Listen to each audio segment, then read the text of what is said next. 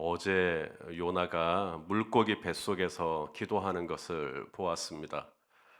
기도를 마쳤을 때 물고기는 요나를 다시 육지에다가 뱉어냈어요. 토해냈어요. 물고기 뱃속에서 죽다 살아난 요나가 정신을 차려보니까 육지인데 거기가 어디라고 말씀하십니까? 예, 니느웨였습니다. 사실 요나는 저쪽 서쪽으로 대서양 스페인 쪽으로 다시스로 가고 있었죠. 하지만 하나님은 요나를 이 물고기에 태워 가지고 다시 동쪽에 있는 아수르로 니느웨로 다시 발에다 놓은 것이죠. 니느웨에 도착을 하자 여호와의 말씀이 두 번째 이제 요나에게 임했다라고 말씀합니다. 오늘 본문 1절 말씀을 한번 또 읽어 보겠습니다. 시작.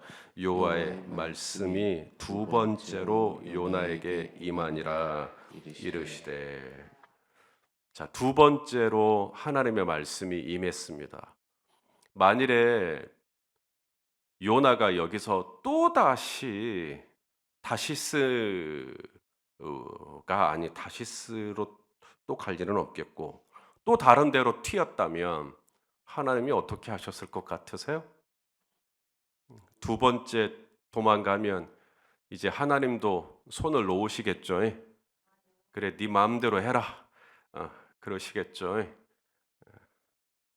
예수님이 부활하시고 여인들에게 나타나셨을 때 여인들은 제자들에게 가서 예수님의 무덤이 비었다고 했습니다. 그러자 그 얘기를 듣고 제일 먼저 무덤으로 달려간 사람이 베드로였어요. 베드로가 고개를 숙이고 몸을 숙이고 무덤 안으로 들어가서 빈 무덤을 확인을 했습니다. 그런데 베드로는 믿지를 못했죠. 예수님의 부활을 믿지를 못하고 성경에 보니까 베드로가 자기 집으로 돌아가 버렸습니다.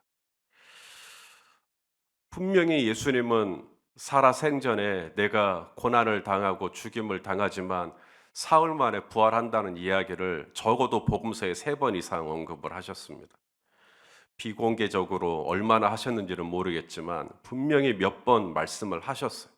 그런데도 믿지를 못하고 빈 무덤까지 확인하고도 믿지를 못하고 예수님이 베드로가 괘씸해서라도 다시는 베드로를 안 만났을 것 같은데 그로부터 일주일 뒤에 다시 베드로 앞에 나타나셨습니다. 너희에게 먹을 것이 좀 있냐? 그래서 같이 생선도 드셨어요. 이렇게 지금 부활하신 예수님을 개인적으로 2번을 지금 본 겁니다. 그러면 이제 좀 믿을 법도 한데 아직까지도 베드로는 믿지를 못해요. 예수님은 또다시 일주일 뒤에 3번째 베드로 앞에 나타나셨습니다. 그리고 도마에게 네 손을 내밀어 내 옆구리에 넣어봐라 라고 말씀하시는 장면을 베드로가 다 봤죠. 이 정도 되면 믿을 법도 한데 3번째 예수님을 만나고도 베드로가 말하기를 나는 물고기 잡으러 가노라 그렇게 말합니다. 자, 이제 베드로에 대한 모든 기대감이 다 사라져도 할 말이 없는 상황입니다. 그런데도 예수님은 4번째 베드로에게 또다시 나타나십니다. 그리고 베드로에게 물으시죠. 요한의 아들 시몬아, 네가 이 사람들보다 나를 더 사랑하느냐? 만일에 요나가 물고기 뱃속까지 들어갔다가 나오는 경험을 했음에도 불구하고 또다시 하나님의 뜻을 거역하고 나는 아무리 생각해도 나는 니느웨의 말씀 못 전하겠다 라고 하고 이번에는 저기 밑에 쪽에 있는 남쪽에 있는 애굽으로 튀었다. 하나님은 2번째가 아니라 3번째 요나를 붙들어 다시 니느웨에 갖다 놓을 것이고 아이고 나는 저쪽 서쪽 끝에 있는 에돔으로 갈란다. 에돔으로 튀었어도 하나님은 또다시 4번째 요나를 붙들고 니느웨로 갖다 놓고 우리 하나님은 틀림없이 그렇게 하실 것입니다. 왜 그럴까요? 왜 그렇게 하실까요? 베드로가 뭐가 아쉬워서 4번씩이나 찾아가고 요나가 뭐가 아쉬워서 벌써 2번째 말씀하시고 하나님께서 그렇게 하시는 이유는 사랑하시기 때문에 그래요. 먼저는 니느웨를 사랑하십니다. 사실 니느웨가 사랑받을 만해서 사랑하시는 거 아니죠. 니느웨는 하나님 앞에서 악독이 가득한 성읍이었어요. 죄악이 가득한 성읍이었어요. 조건으로 따지면 절대로 니느웨 사랑할 수가 없죠. 그런데 하나님은 니느웨를 사랑하셔서 이 니느웨가 멸망당하지 않기를 원하셨어요. 니느웨가 구원받기를 원하셨어요. 그래서 하나님은 요나에게 두 번째 말씀하시고 그 성 가운데 회개의 역사가 일어나기를 하나님은 기대하시고 원하셨던 겁니다. 그리고 또 하나, 하나님은 요나를 또 사랑하셨어요. 어찌하든지 요나와 함께하고 그리고 요나를 쓰시기를 원하셨던 거죠. 이것도 사랑입니다. 우리 로마서 11장 29절 말씀을 한번 볼까요? 시작. 하나님의 은사와 부르심에는 후회하심이 없느니라. 하나님이 요나를 부르시고 한 번도 후회한 적이 없다. 요나가 다시스로 가도 하나님 후회하지 않으신다. 하나님은 두 번째, 그리고 또 애굽으로 튀었어요. 세 번째, 에돔으로 튀었어요. 네 번째. 하나님은 저와 여러분을 부르시고 단 한 번도 후회한 적이 없어요.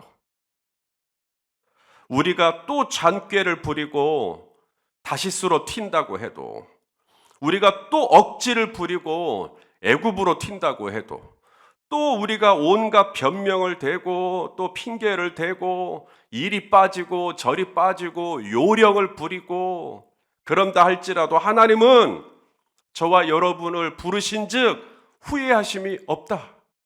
시몬을 부르셨은즉 베드로가 되게 하시고, 보아너게 우레의 아들을 부르셨은즉 사도 요한이 되게 하시고, 사울을 부르셨은즉 사도 바울이 되게 하시는 하나님이십니다.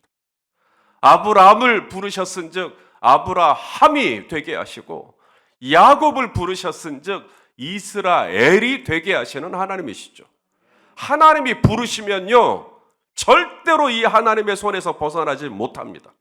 하나님이 부르셨은즉 하나님은 절대 후회하지 않으십니다. 이쯤 되면 하나님도 나를 놓겠지. 천만의 만만의 말씀. 하나님은 이미 여러분의 이름을 당신의 손바닥에 새기셨어요. 절대로 잊지 않으십니다. 사람이라면 누가 요나 같은 사람을 쓸까요? 사람이라면 누가 베드로 같은 사람을 쓸까요? 사람이라면 누가 나 같은 사람을 쓰기나 하겠습니까? 그런데 하나님은 마치 베드로밖에는 교회의 반석이 될 사람이 없는 것처럼 또 베드로를 찾아가고 또 베드로를 찾아가고, 베드로야 네가 나를 사랑하느냐, 또 베드로에게 물으시고, 오늘 요나에게도 마찬가지. 니느웨로 가서 하나님의 말씀을 대언할 사람이 니느웨밖에 없어요? 요나밖에 없어요? 요나 말고도 하나님이 일하시려면 얼마든지 일하실 수 있으시죠. 그런데 하나님은 마치 요나야 난 너밖에 없다 라고 하시는 것처럼 저 배 밑층에 들어가서도 하나님은 요나를 붙들어서 다시 니느웨로 갖다 놓으시고 다시 갖다 놓으시고, 우리 하나님은 이런 하나님이십니다. 우리를 부르시고 우리에게 직분을 맡기셨은즉 끝까지 감당할 수 있도록 또 다시 우리를 붙들어 그 자리에 갖다 놓으시고, 나는 또다시 반항하고 거스르고 게으르고 나태하고, 하나님은 또다시 우리를 붙들어 하나님이 원하시는 자리에 저와 여러분이 있게 하시고, 우리 하나님은 끝까지 우리를 사랑하시기 때문에 절대 우리를 포기하지 않으시고 마침내 우리를 통해 영광을 받으시도록 우리 하나님이 그렇게 인도해 주시는 것을 믿으실 수 있기를 바랍니다. 열린 배대교회를 개척하고 이제 어느덧 19년이 되었습니다. 중간에 목회를 이쯤에서 접고 싶었던 적이 왜 없었겠어요? 지금도 가슴 한쪽엔 언제든지 주님이 말씀만 하시면 난 내려온다, 그런 마음을 살짝 갖고 있습니다. 그러나 지금까지도 제가 포기하지 않고 목회하는 가운데 별의별 일들이 있었지만 감당하는 이유를 혹시 우리 성도님들 아실까요? 저 입에 풀칠하기 위해서 이 목회제를 하고 있는 거 아닙니다.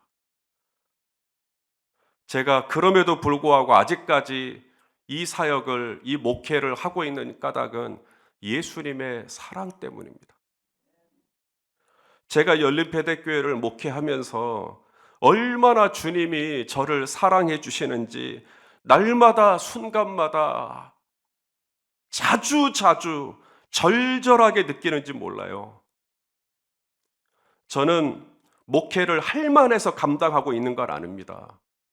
저는 지금도 눈을 감으면 주님이 저를 얼마나 사랑하시는지 목회를 하면 할수록 와, 주님이 나를 이렇게 사랑하시는구나. 주님이 나를 이렇게 붙들어 주시는구나.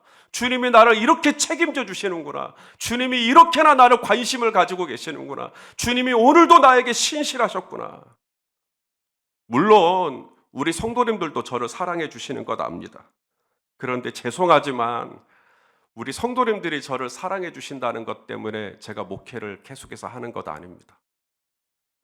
제가 목회를 하다가 수시로 낙담하고 수시로 어떤 일로 상처를 받을 때도 있지만 오늘까지 어쨌든 감당하는 이유는 주님께서 저를 얼마나 사랑하시는지 알기 때문입니다.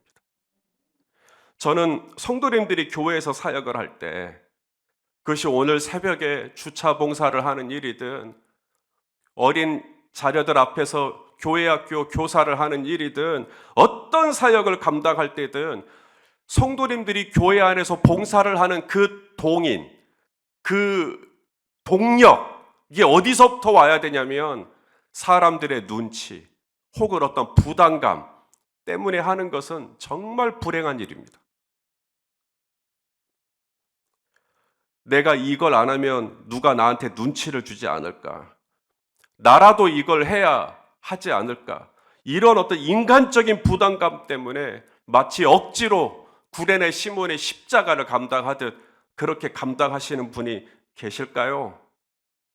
물론 그렇게 억지로 감당하는 것 같아도 그 안에는 분명 교회를 사랑하는 마음이나 우리 주님을 사랑하는 마음이 있으시니까 또 그렇게 힘을 내서 감당하시는 거겠지만 계속해서 그런 부담감 하나만 가지고 교회 일을 감당한다면 너무나 안타까운 일입니다. 궁극적으로 성도가 교회에서 봉사를 하는 가장 큰 동력은 주님의 사랑 때문에 해야 합니다. 주님이 나를 얼마나 사랑하시는지를 알면 주님이 나를 나 같은 죄인을 두 번째 갖다 놓으시고 세 번째 다시 찾아오시고 네 번째 찾아오시고 내가 뭐라고? 내가 너 위에 교회의 반석이 되게 하겠다. 내가 뭐라고? 나는 예수님을 모른다고 세 번이나 부인한 사람인데 그런데도 또 찾아오셔서 너 나 사랑하니 물어오시면서 또다시 나를 니누에다 갖다 놓고 또다시 나를 이 목회의 자리에 갖다 놓고 또다시 나를 세워주시고 나는 수시로 무너지고 나는 수시로 내 자신에게 실망할 때가 많지만 주님은 그럴 때마다 또다시 나를 찾아오셔서 손 목사야, 내가 너 사랑한다. 내가 너 사랑한다. 여러분, 주님이 나를 얼마나 사랑하시는지 그 눈이 열리잖아요. 그럼 어떻게 되는지 아십니까? 주님이 나에 대한 사랑에 대한 눈이 열리면 나도 주님을 그렇게 사랑하고 싶어집니다. 주님이 나를 이만큼 사랑한다는 눈이 열리면요, 나도 동일하게 주님, 내가 더 주님을 사랑하고 싶어요. 그러니까 이 목회를 감당하고 이 사역을 감당하고 이 직무를 감당하는 것이에요. 저는 우리 성도님들도 마찬가지예요. 주님이 우리 성도님들을 얼마나 사랑하시는지에 대한 눈이 날로 열리게 되시기를 축복합니다. 주님이 얼마나 나 같은 죄인을 사랑하시는지에 대한 눈이 열리면 막 하고 싶어져요. 사역하고 싶어져요. 누가 알아주든 안 알아주든 정말 나를 이만큼 사랑하시는 주님 때문에 나를 두 번째, 나에게 세 번째, 나에게 네 번째 또 찾아와 주시고 나를 붙들어 주시는 주님의 은혜를 내가 그 눈이 열리면 제가 뜯어 말려도 목사님 저 이거 하랍니다. 주님의 사랑에 너무 감사해서 저 이거 안 할 수가 없습니다. 그렇게 돼요. 저는 우리 성도님들이 정말 주님을 사랑하는 마음 때문에 사역하지 않을 수 없는, 내 시간을 조금도 아까워하지 않을 수 있는 그런 하나님 앞에서의 뜨거운 마음들이 다 회복되시기를 주님의 이름으로 축원합니다. 하나님은 한 번 말씀하시고 못 알아듣는 것 같으면 두 번째로 말씀하십니다. 그렇게 두 번째 말씀이 요나에게 임하였을 때 요나는 비로소 하나님의 말씀에 순종을 하죠. 자, 오늘 본문 3절과 4절입니다. 읽어보시겠습니다. 시작. 요나가 여호와의 말씀대로 일어나서 니느웨로 가니라. 니느웨는 사흘 동안 걸을 만큼 하나님 앞에 큰 성읍이더라. 요나가 그 성읍에 들어가서 하루 동안 다니며 외쳐 이르되 40일이 지나면 니느웨가 무너지리라 하였더니, 자, 이 니느웨라고 하는 이 성읍이 아수르의 수도입니다. 아시리아의 수도예요. 얼마나 크겠어요. 이 사람이 이 성읍을 다 보려면 걸어서 며칠이나 걸린다고요? 사흘이 걸리는 큰 성읍이라는 거예요. 자, 그러면 요나는 며칠 동안 순종했죠? 하루 순종했습니다. 어쩌면 그 다음 날에도 했었을 수 있겠지만, 또 그 다음 날이라도 순종했을 수 있겠지만, 요나는 사흘 걸리는 큰 성읍에 딱 하루 순종을 했습니다. 그런데 그 하루만으로 충분했어요. 요나가 딱 하루 성읍을 걸으며 하나님이 자신에게 주신 말씀을 전했어요. 그랬을 뿐인데 이 니느웨 성읍이 그야말로 다 뒤집어지는 겁니다.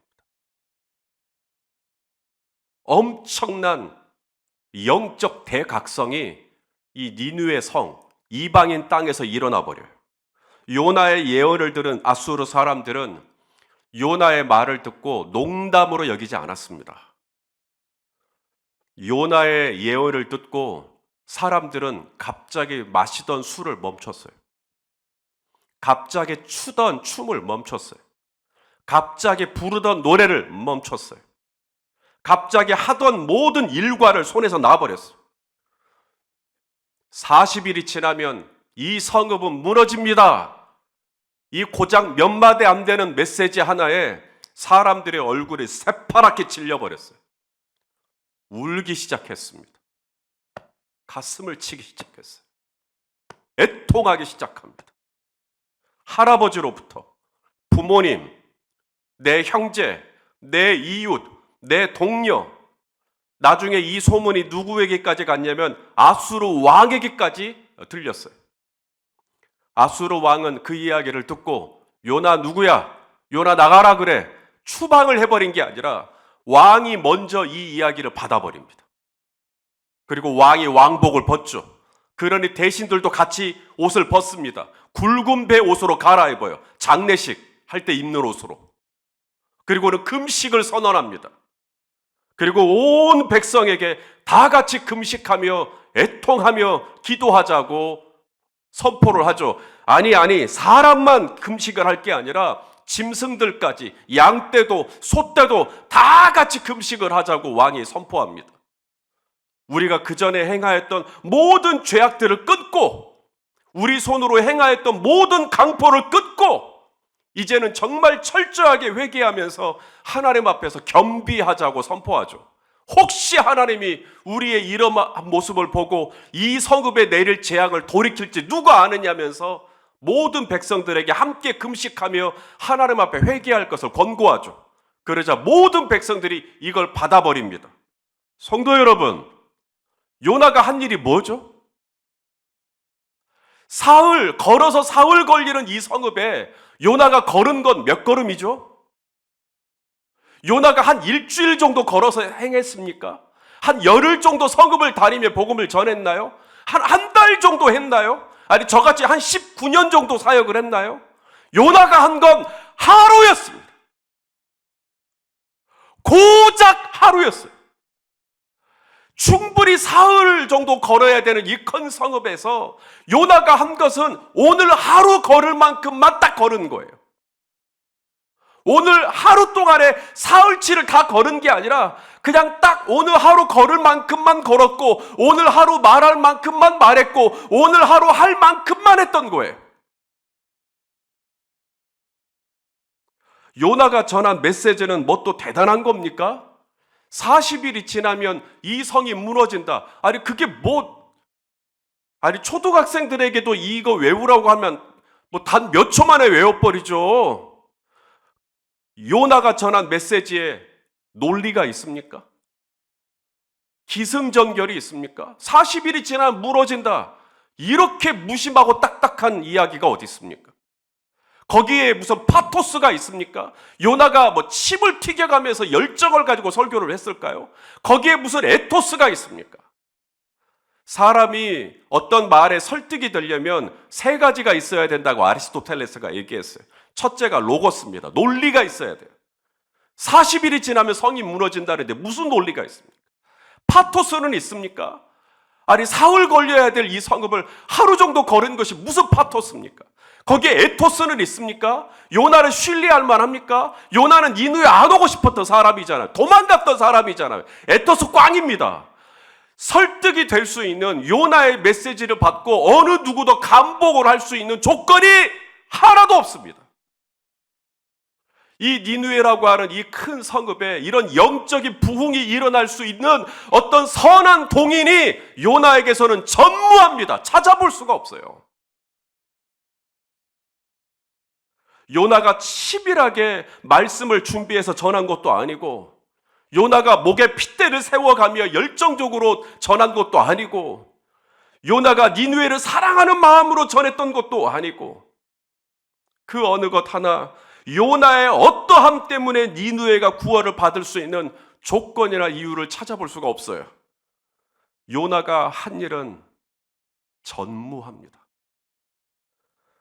마치 누군가 와서 니누에 곳곳에다가 휘발유를 잔뜩 뿌려놓은 것 같아요. 영적인 휘발유를. 요나가 한 일은 성냥에 불 붙여가지고 던진 것뿐이에요. 그랬더니 이 불이 타버린 겁니다. 니누의 성이 다 뒤집혀 버렸어요.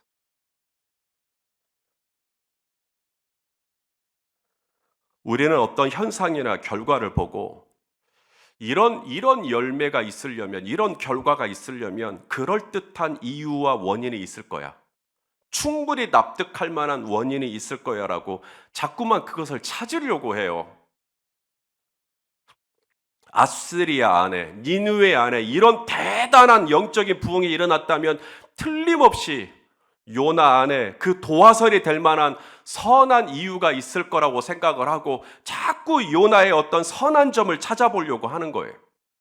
하지만 지금 요나서 1장을 받고 2장을 받고 3장을 보셨잖아요. 선한 게 있나요? 이제 내일 보시겠지만 요나는 또 화를 냅니다. 꼬라지를 부려요. 마지막까지 요나는 어글리 그 자체입니다. 오순절날 다락방에 모여 기도하던 사람들에게 성령님이 불처럼 바람처럼 강력하게 임하였습니다. 불의 혀처럼 갈라지는 것들이 각 사람에게 보여 그곳에 있던 사람들이 성령의 말하게 하심을 따라 방언으로 말하기 시작했습니다. 그날 다락방에서 성령 받은 사람들 아무나 붙들고 인터뷰를 좀 한번 해보시죠. 당신은 어쩌다가 오순절날 그런 강력한 성령의 기름을 받을 수가 있었습니까? 성령 체험을 하실 수 있었습니까? 물어보면 뭐라고 대답할까요? 아, 예, 저희가 유명한 사람들이잖아요. 아니, 120명 중에 아시는 분 몇 분이나 있어요? 베드로, 요한, 마태, 몇몇 얘기하고 나면 미천 다 떨어지는 거 아닙니까? 유명해서 성령 받은 거 아니거든요. 아, 저희가 숫자가 많아서요. 아니, 120명이 뭐가 많습니까? 그 성 안에 10만이 넘는 사람들이 있는데. 아, 우리가 용감해서요. 믿음이 좋아서요. 아, 그렇게 믿음이 좋고 용감해서 다락방에 숨어서 기도를 했어요? 저는 그곳에 있던 대다수의 분들이 당신은 어떻게 오순절날 성령을 받을 수 있었습니까? 라고 물으면 이렇게 대답했을 것 같아요. 저가 한 일은 그냥 그날 그 시에 그곳에 있었을 뿐이에요.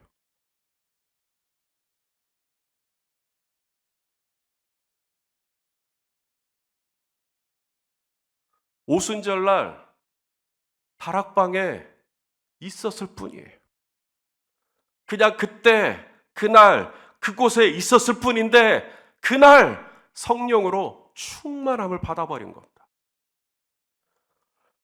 여러분, 오늘 니느웨가 이런 강력한 영적인 부흥이 일어난 것이 요나의 어떠함 때문이 아니라는 겁니다. 오직 니느웨 안에 이런 엄청난 부흥이 일어날 수 있었던 것, 왕으로부터 시작해서 그 나라에 사는 가축들에 이르기까지 전부 다 굵은 베옷을 입고 회개를 하는 이런 기가 막힌 영적인 대각성이 일어날 수 있었던 것은 요나 때문이 아니라 하나님께서 그렇게 하시기로 작정하셨기 때문입니다.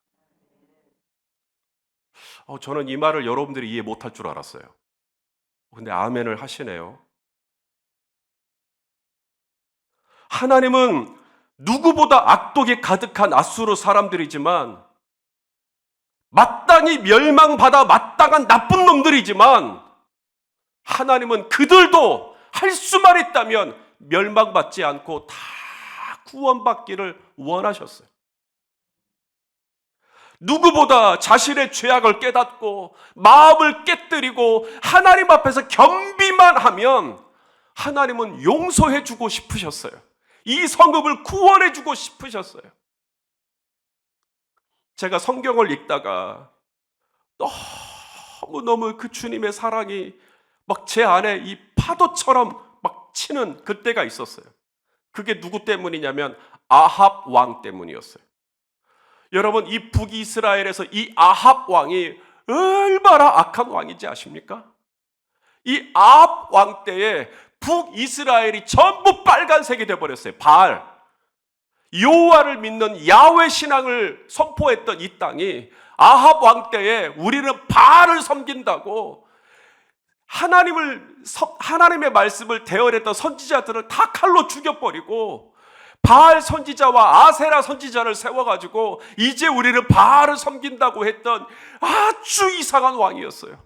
그의 아내 이세벨은 그의 그 장인어른의 이름이 엣바알입니다. 바알의 딸을 자기 아내로 삼고 하나님을 섬기던, 하나님을 예배하던 땅에 바알 선지자와 아세라 선지자를 세우고 그 어두컴컴한 그 땅에 유일하게 하나님의 이름을 선포했던 선지자가 엘리야였어요. 엘리야가 뭐라 그랬냐면 이 땅에 하나님의 이름으로 사역하는 선지자는 자기밖에 없다고. 그렇게 어두컴컴했던 때 그 땅을 통치했던 왕이 아합 왕입니다. 아합 왕 때려 죽여도 시원찮죠. 나봇의 포도원 그거 갈취하기 위해서 나봇을 죽여버렸어요. 엘리야 선지자가 찾아갑니다. 이제 당신 심판받을 거라고. 하나님이 당신 계속 두고 보셨는데 이제 당신 더 이상 두고 보지 않을 거라고. 하나님이 당신을 심판하실 거라고. 당신은 아주 비참해질 거라고. 엘리야 선지자가 하나님의 이름으로 예언을 했습니다. 이세벨, 개들이 당신 시체 얻어먹을 거라고. 그렇게 막 선포를 했어요. 그 이야기를 듣고 이 기고만장한 아합 왕이 사람들을 불러다가 야, 쟤 죽여버려라. 이게 아니라요. 엘리야의 말을 듣고 아합 왕이 회개를 합니다. 옷을 벗고 시름시름 앓으면서 진심으로 회개를 해요. 근데 성경이 뭐라고 말씀하시냐면 아합 왕이 겸비하는 모습을 보고 하나님께서 아합에게 내리시기로 한 모든 재앙을 돌이키셨다라고 말씀합니다. 바로 그 대목이에요. 우리가 언제라도 하나님 앞에서 나의 죄악을 깨닫고 지금이라도 오늘이라도 하나님 제가 정말 잘못했습니다라고 하고 내 마음을 깨뜨리고 하나님 앞에 자복하면 우리 하나님은 나에게 내리시기로 했던 어떤 재앙이든 심판이든 저주든 내가 하나님 앞에서 정말 겸비하면 하나님은 오늘도 지금 당장이라도 하나님의 모든 뜻을 돌이키시고 저와 여러분에게 한없는 긍휼을 베풀어 주실 수 있는 하나님인 것을 믿으실 수 있기를 바랍니다. 오순절날 성령도 마찬가지예요. 다락방에 모인 사람들의 어떠함 때문에 그들이 성령을 받은 게 아닙니다. 예수님이 승천하시고 하나님 아버지께 돌아가시고 난 다음 하나님은 언제고 이 땅 가운데 당신의 보혜사 성령을 부어주시기로 작정하셨던 하나님. 그리고 오순절날이 되었을 때 하나님이 그 작정하신 뜻대로 다락방에 모인 사람들에게 불처럼 바람처럼 성령을 부어 주셨던 것이지 다락방에 있던 사람들의 어떠함 때문이 아니다 라는 것입니다. 저는 여러분 중에 이번 특세에 얼마나 은혜를 받으셨는지 잘 모르겠어요. 오늘 나흘째인데 이미 받으신 분이 있을지 모르겠고, 아직 이제 오늘 받으실 분이 또 있을지 모르겠고, 내일 받으실 분이 있을지 잘 모르겠어요. 제가 분명히 아는 것은 하나님께서 은혜 주시기로 작정된 자는 이번 특세의 은혜를 받으실 겁니다. 제가 이번 특세에 말씀을 전했기 때문에 여러분이 은혜 받는 거 아닙니다. 여원 목사님이 오늘 이 자리에서 말씀을 전해도, 나승미 목사님이 오늘 이 자리에서 말씀을 전해도 하나님께서 은혜 주시기로 작정된 자는 반드시 은혜를 받습니다. 하나님이 작정하시면 이번 특세 주제가 뭐 요나서라든가 요나를 찾아서라든가, 여러분 이런 것 때문에 사람 은혜 받는 거 아니에요.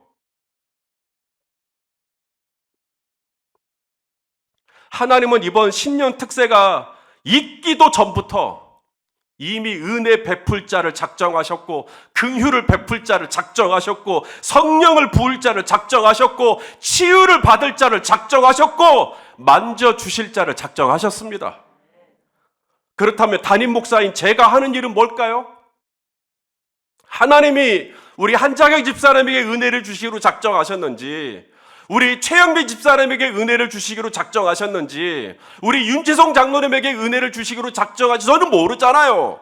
그래서 제가 하는 일이 특세를 하고, 제가 하는 일이 니느웨 성읍을 다니며 단 하루라도, 오늘이 목요일이면 목요일 단 하루라도 오늘 나에게 주어진 일들을 감당하는 것입니다. 제가 하는 일을 감당했을 뿐인데 하나님은 저의 이 일용할 만큼의 작은 순종이 도화선이 되어 이 니느웨 성읍 안에 엄청난 하나님의 부흥이 일어나게 하시고 다락방 안에 성령이 임하게 하신 것처럼, 제가 하는 일은 오늘 하나님이 나에게 있으란 그곳에서 오늘 나에게 하라고 하시는 그 일을 묵묵하게 감당할 때 하나님은 저의 이 일용할 만큼의 작은 순종을 통해 하나님의 작정하신 은혜와 역사는 일어나게 될 거라는 거죠. 그게 제가 할 일이에요.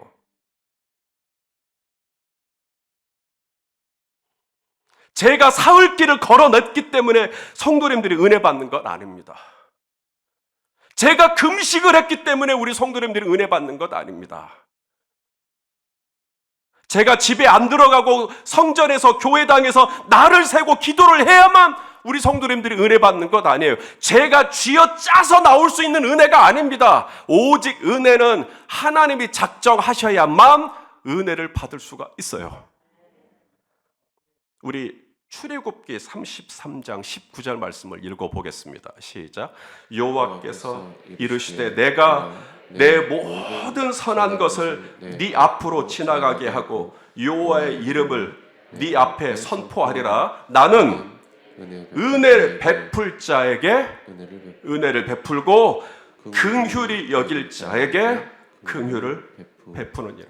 그렇기 때문에 성도 여러분, 오늘 하루만이라도 기도해 보시라고 권고해 드립니다. 사흘길을 다 기도하지 않아도 돼요. 이번 특세 6일 동안 다 기도하지 않아도 돼요. 단 하루라도 괜찮아요. 단 하루라도 마음을 열고 하나님 저 좀 도와주세요라고 간절하게 주님의 이름을 부르며 기도하면 오늘 하나님이 은혜를 주시기로 작정한 날일지 누가 압니까?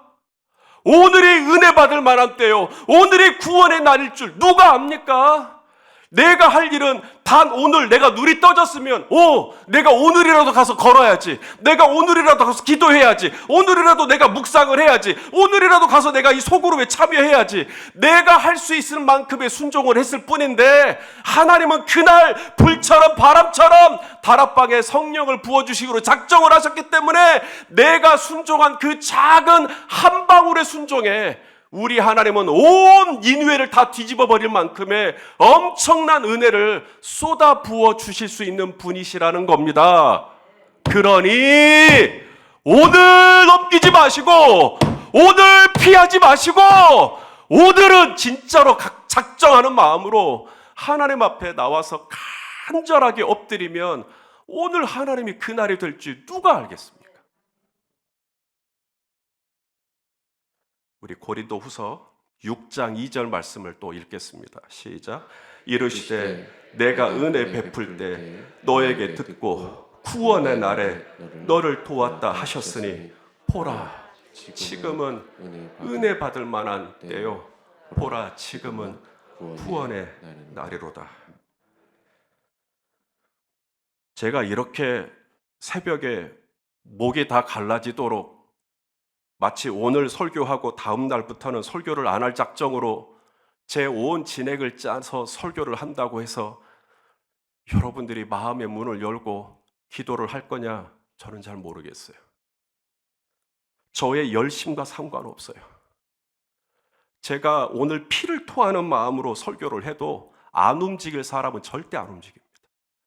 왜냐하면 하나님이 은혜를 베풀기로 작정한 자만 꿈틀거려요. 그 사람들은 확 달라집니다. 내가 오늘 해야겠다. 내가 오늘 작정해야 되겠다. 내가 오늘 하나님 앞에 나아가야 되겠다. 여러분, 하나님께서 이날 니느웨 성읍에 이런 강력한 부흥과 회개를 주실지 요나가 물고기 뱃속에 있을 때 상상이나 했겠어요? 그 악독기 가득한 성읍이 이렇게나 갑자기 하나님 앞에서 전심으로 뒤바뀌어질지 요나가 상상이나 했겠어요? 그러므로 하나님의 작정하심을 헤아릴 수 없기 때문에 우리가 해야 할 일은 아주 단순합니다. 오늘 하루 걸을 만큼만 걷고, 오늘 하루 말할 만큼 말하고, 오늘 하루 순종할 만큼 순종하고, 오늘 하루 기도할 만큼 기도하고, 오늘 하루 이뤄갈 만큼 하나님 앞에 반응하며 나아가면 나는 오늘 하루 걸었을 뿐이지만 하나님은 됐다. 하늘의 문을 여시고 말할 수 없는 무궁무진한 은혜와 하나님의 기가 막힌 역사들을 저와 여러분의 이 작은 순종 하나에 물이 포도주가 되게 하시는 역사를 우리 하나님이 베풀어 주실 줄로 믿습니다.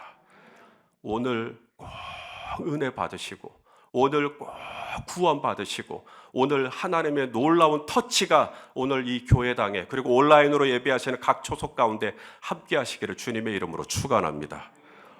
보라! 오늘이 구원받을 만한 때입니다.